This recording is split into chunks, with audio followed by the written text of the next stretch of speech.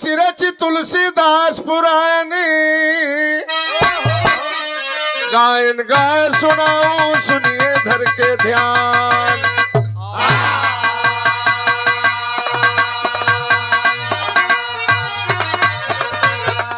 तो भाई काशी द्रविड़ नरेश दोनों खेलन चले शिकार दैव जोग से बीच विपिन में भैले खास दीदार।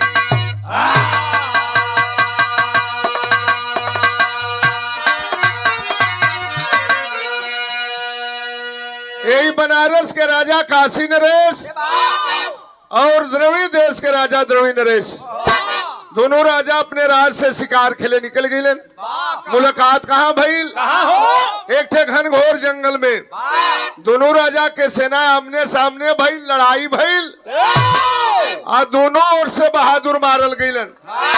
आखिरी वक्त में दोनों राजा हथियार फेंक दिए, दोस्ती के हाथ बढ़ौलन, सारी दुश्मनी को दरकिनार करते हुए दोनों राजा आमने सामने हुए, दोस्ती के हाथ बढ़ोलन। तब वादा का कैलन तरज ले बहुत बढ़िया भाव बबी रहा के।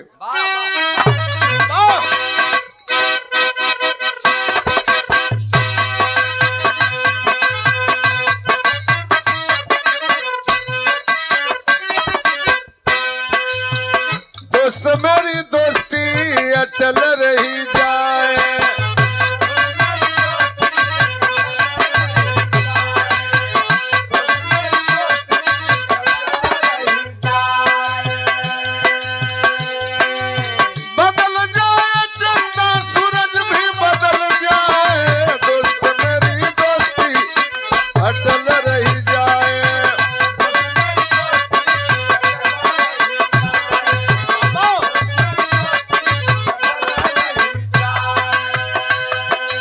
दोनों राजा आपस में विचार केलन हमनी में दुश्मनी रहला से हमनी के दोस्त हो गई जा, आई दोस्ती कहियो रिश्तेदारी में बदले के चाही। अरे होई है जो बेटा कोई के बिटिनिया, लड़का की लड़की बनेगी दुल्हनिया, और करके करार दोनों राजा चले हैं।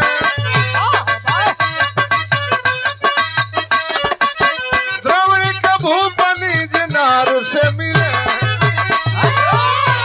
राजा तब रानी से सब बतिया बताए, दोस्त मेरी दोस्ती अचल रही जाए।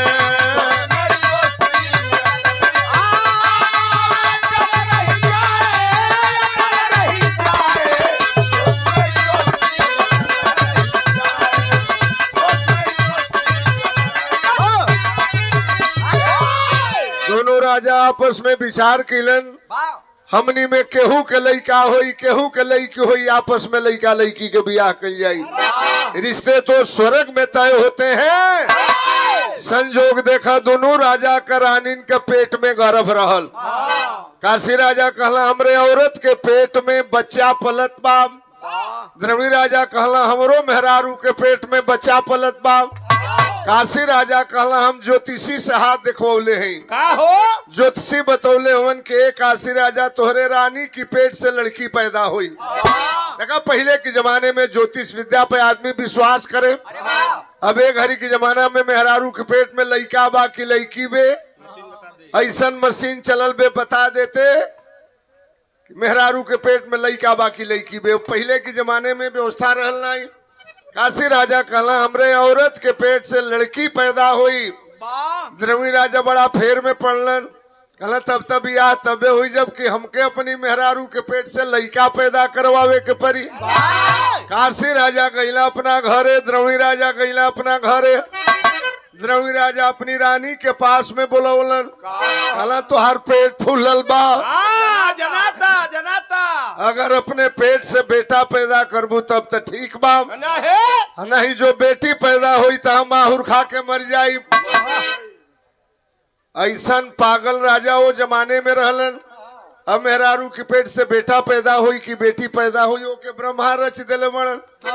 लेकिन राजा के सोच की काशी राजा कहले बड़ा कि हमारी मेहरारू के पेट से लड़की पैदा हुई तो हम काहे न लड़का पैदा करवाई। राजा कहे रानी से बेटा जो जन्मैबू तब तो दुनिया में हमरा के तू पैबू। दोनों रनियन के सुनिए हमल बाटे 8 मास बीतल अब 9वां चढ़ल बाटे। ब्रह्मा के लेखनी कभी नहीं मेटी उधर भी हुई बेटी इधर भी हुई बेटी। जादू के चेलों में अरे देव निराला अब भोला बनाए तो बालाजी गाए।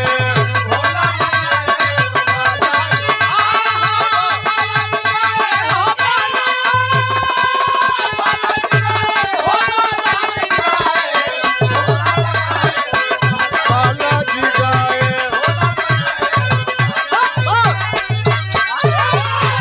ब्रह्मा के लेखनी कभी नाही मेटी उधर भी हुई बेटी इधर भी हुई बेटी।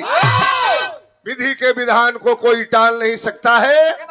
काशी राजा के रानी की पेट से लड़की पैदा भइल, द्रवी राजा के रानी की पेट से भी लड़की पैदा भइल। काशी राजा तक खुश भइल न ज्योतिषी बतौले रहलन। द्रवी राजा के रानी सौरी वाला घर में वो लड़की के गोद में लेके रोवतड़ी। हमारा राजा जान जहन की लड़की भइल बे तो दोगला माहुरे खा के मर जइहन। अब हम कवन उपाय लगाई। सौरी वाला घर में नन्ही सी बच्ची के गोद में लेके रानी साहिबा रोवतड़ी। अरे दिमागवा में छाई बेकली लली को गोद में लेके कही कि भइल है दगवा दगवा दगवा।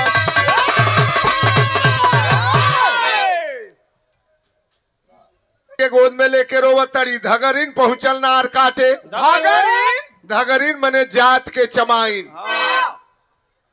पहले के जमाने में, अब तो जमाना का बड़ा परिवर्तन हो गई। पहले के जमाना में हमरे आपके गांव घर में घर ही मेहरारू लड़का पैदा कर दे। हमने के पीरियड में भी हमनी के माई हमनी के घरवे में पैदा कैली। अंगना घर लीपत में, धान कूटत में, जाता पीसत में, गोबर पाथत में 9 महीना बीत जाऊ दर्द ना हो के घर ही पैदा कर दे मेहरारू। तो ये घड़ी के जमाना में तनकी सा पेट में दर्द होता जल्दी हॉस्पिटल पहुंचाओ। लड़का अगर नॉर्मल भी पैदा होके वाला बात डॉक्टर कहता है कि बिना ऑपरेशन का लड़का नहीं होगा। ऐसे कि मेहरारू उनके काम करे के ना बाप। रानी के सौरी वाला घर में धगरीन पहुंचल नार काटे खातिर के। रानी साहिबा वो चमाइन के पैर पकड़ी के रोवे लगली। हमरे राजा के जिंदगी तोरे हाथ में बा। हमारा राजा जान जन की लड़की भइल वे त जहर खा के मर जइहन। रानी रोवताड़ी कहताड़ी। गीत कौन बा मास्टर?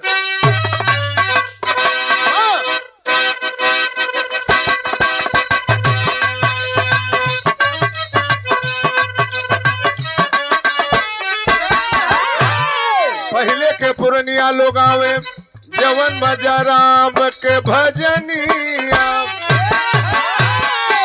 आया रे जवन मजा राम के भजनिया आऊ सारी दुनिया में नहीं।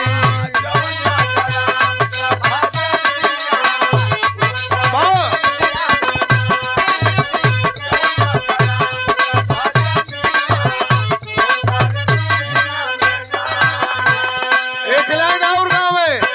अरे जवन मजा राम के भजनिया क्यों सारी दुनिया में नहीं। अरे जवन मजा आम के चटनिया। अरे जवन मजा आम के चटनिया आऊ सोवा धनिया में नहीं।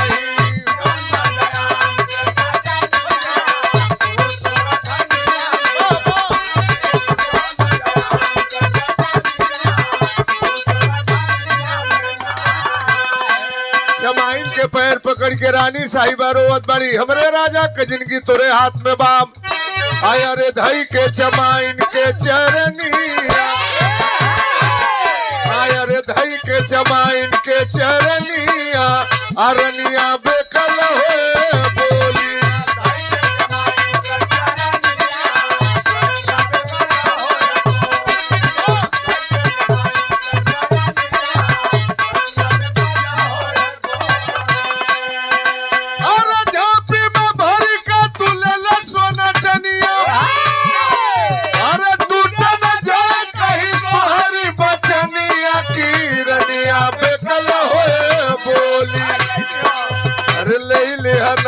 के झूलनिया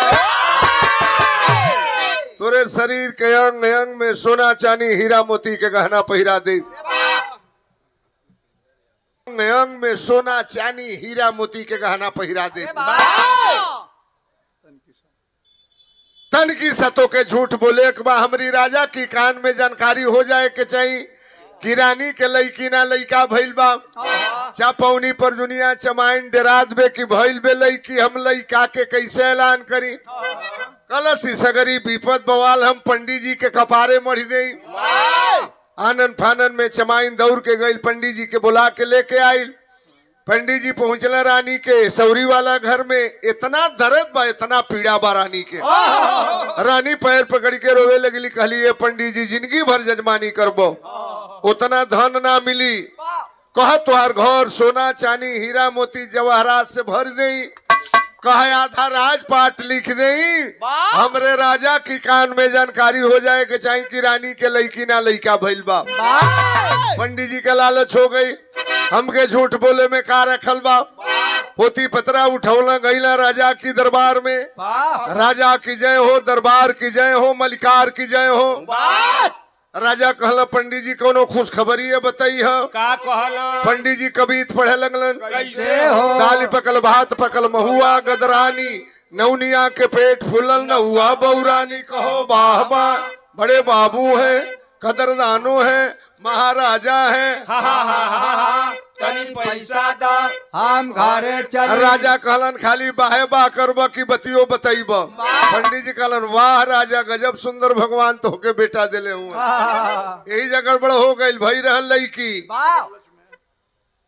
पंडित जी कहलन बहुत सुंदर लइका बा लइका तो बहुत सुंदर बा ओकरा में लेकिन बा का लेकिन बाप लेकिन यह बा कि लइका मुंह में पड़ल बा मुंह में जवन लइका मुंह में पड़ल है केहू के घर के बात बा या सतैसा में पड़ल है तो में टोटरम कल जाला में विधि कल जाला पंडित जी सोचला रुकल लकड़ी लगाई लही जाई तीर नहीं तू का कहला राजा लइका बहुत सुंदर बा लइका मुंह में पड़ल बा और लइका के 16 बरिस मुंह नहीं खे देखे के राजा कहला 20 बरिस मुंह देखे के मत परो भइल त लइका उन्हें काशी राजा के लड़की हो गई लेने हमार लड़का हो गई पाती लिख के भेजवा दिलन काशी राजा की यहाँ धीरे धीरे धीरे धीरे दोनों लड़की सयान होवे लगली द्रवी राजा के राज में ढिढोरा पिटवा दिहल गई कि राजा के लड़का भइल बा भई रहल की मेहरारू पौनी पर दुनिया सोहर गावत हवन के भूअर भूअर बार रे होरी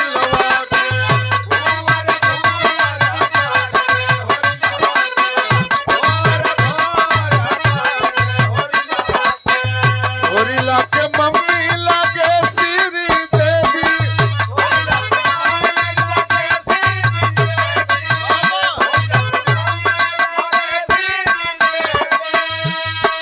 अरे होरीला के मम्मी लगे श्री देवी पापा हुआ रंग बाजरे होरीला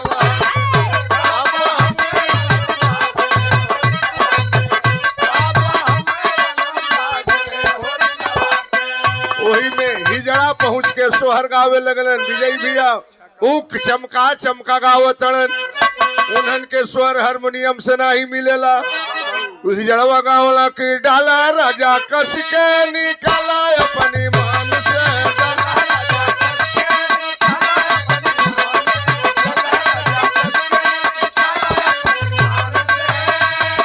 और डाले के बीच में तो डाल दला तबारी डाले के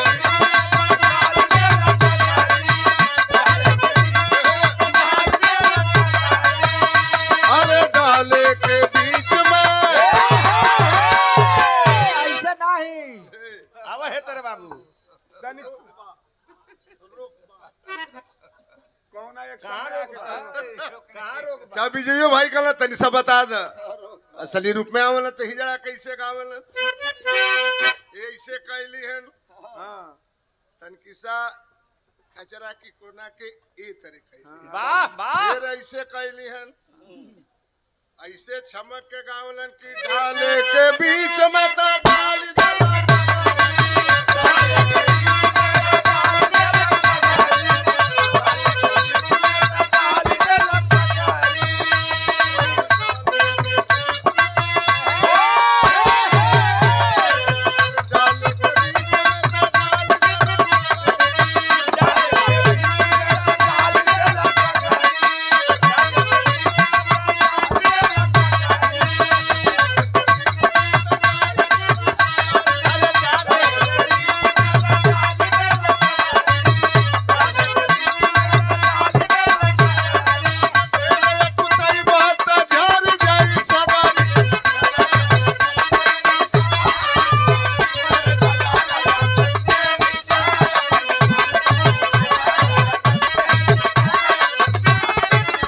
₹500 हमारे छोटे भाई दीपक यादव का ना नहीं बा धीरे धीरे जब दोनों महल में दोनों राजा के बिटिया से आन भैली 16वां सावन पार कैली 16 बरिस के बाद लड़का लड़की बियाह करे लायक हो जाला का पहचान है थोड़ा बाबू? मर्दवा एकर पहचान कवन बा लड़का लड़की सियान हो जाला तो लगेला कि जवानी आइल बे काशी राजा के समझ में आ गई बिटिया से आन हो गई नाऊ बारी भेज के द्रवी राजा के यहाँ तिलक चढ़ोलन आज द्रवी राजा अपने बेटी के दुल्हा बना के लेके चलल बियाह करे 16 बरिस राजा के मुंह में देखे के ना रहल आज अपने बेटी के दुल्हा बना के लेके चलल यहाँ तरस तो है बा अरे जनवा मारेला नयनवा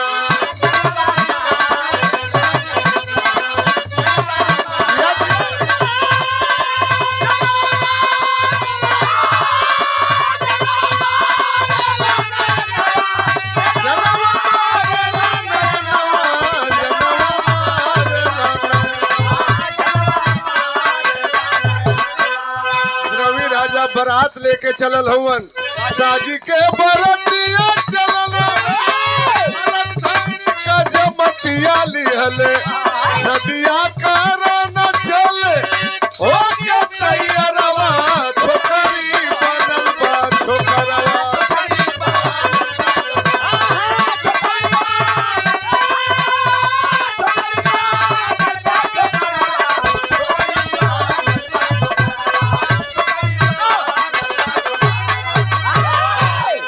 के दुल्हा बना के लेके चलल हुवन काशी राजा के यहाँ बारात पहुंचल दुआर पूजा होता मेहरारू मंगल गीत गावत तड़ी बारात वाला नाश्ता पानी क के मगन हुवन अच्छा राजा महाराजा के यहाँ बारात गई रहल कौना चीज के कमी बा उ निमन निमन मिठाई कैसन कैसन राजभोग रसगुल्ला पेड़ा पंतुआ सब मिठाई का नाम है कलकत्ता में बारात वाला नाश्ता पानी क के मगन हुआ तो ऐलान हो गई जल्दी बियाह हो को 12 बजले साइत में इन्हें सगरी बरतिया करे नाश्ता पनिया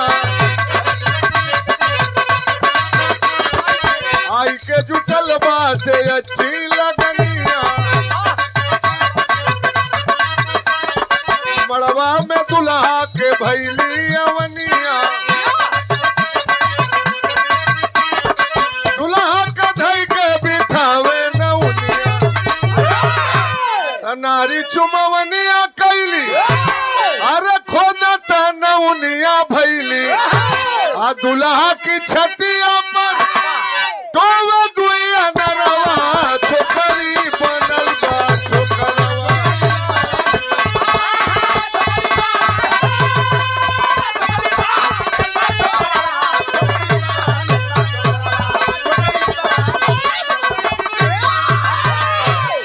नौनिया दुल्हा के ले जाके मड़वा में बैठावते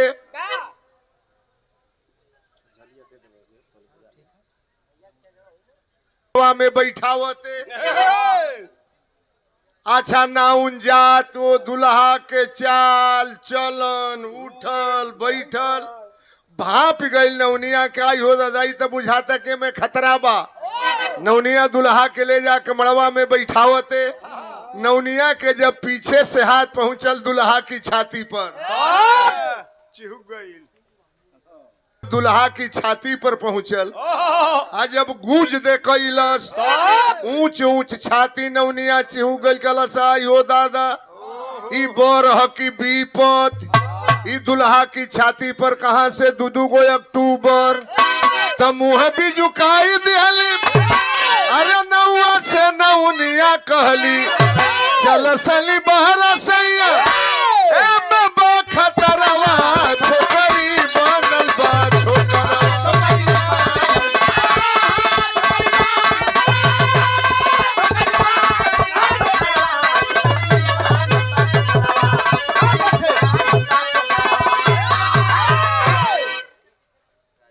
का हो गई नवनिया मुंह बिचुका के मड़वा से निकल के बाहर आयल।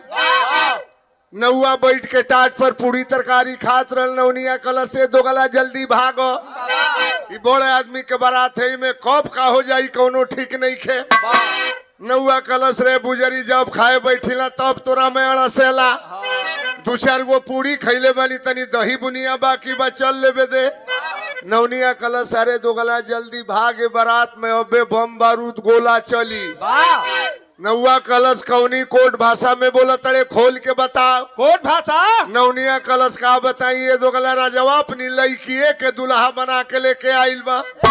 अबे मारी हो ये बारात में नौआ नवनिया में बात होता दू चार गो औरी मेहरारू जान गईली। काशी राजा के जानकारी हो गई। म्यान से तलवार खींच लिया आज साले की गर्दन काट करके फेंक दूंगा। रवि राजा बारात लेके भाग चलन। एलन बनारस में गंगा जी के किनारे बारे बनारस की धरती एगो महान संत से मुलाकात भइल जेकर नाम रहे तुलसीदास।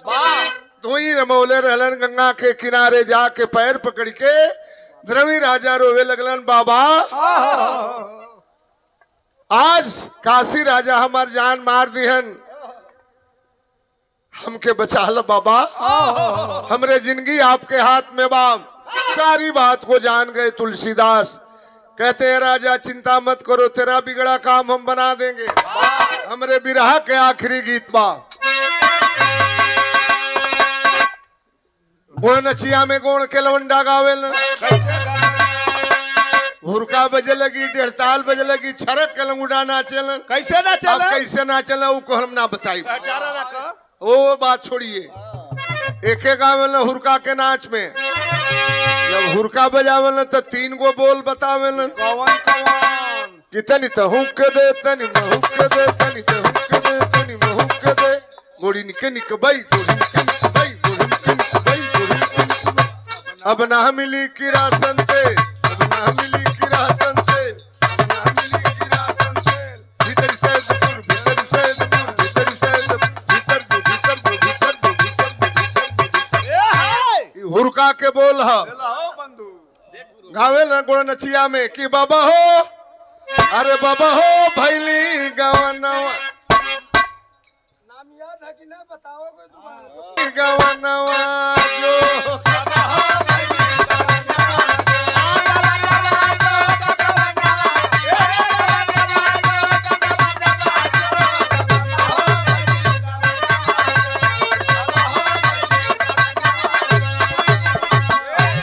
और ये 500 रुपया तैयार हो ई पे जब तैयार हो तो चले एक आध लाइन भाई बताइए दे। हाँ वो गुण के लवंडा नाचेलन ई देहाती पीस है ये माटी के नाच है। अरे गवना गवना करवला पियवा घर बैठवला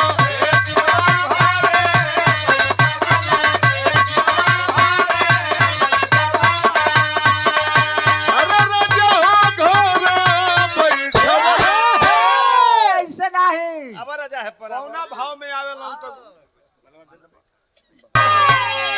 हम बतैती लेकिन जब बनारस के लोगन के मन बा जब नचिया तक कपार पर से चरा के ऐसे फेंक लिया वाह वाह वो काट लिया वो काट के अचरा के कोना ले आके यहाँ खोस लेला बा 12 चंदर पे मौसी बा ए! ए गावेलन कैसा है अरे गवना ए! गवना करवला है पियवा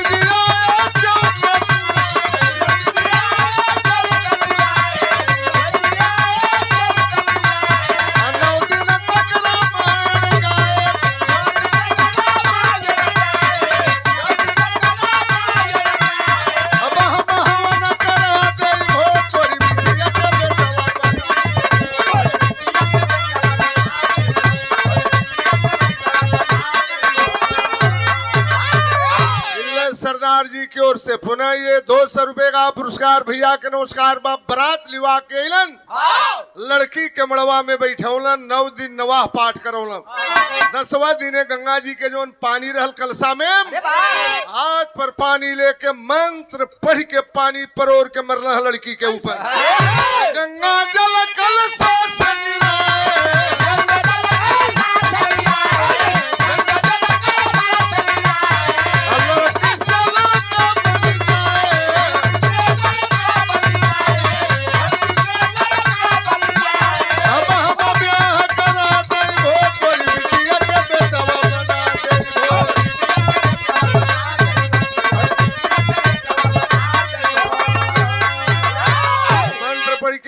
से लड़का बनवलन तब काशी राजा के बेटी के बियाह द्रवी राजा के लड़का से भैलिए बनारस के संतों की महिमा बड़ी धर्मधारी धरती है बनारस की जिसका बिगड़ा काम होता है इसी बनारस में आकर के बनता है जो बनारस की धरती भगवान भोले शंकर के त्रिशूल पर बसी है बड़ी धर्मधारी धरती है लड़की से लड़का बनवलन तब बियाह भइल कुसुम पराग देवराम पसारे जद्दू के पैगाम अरे दिमागवा में छाई बेकली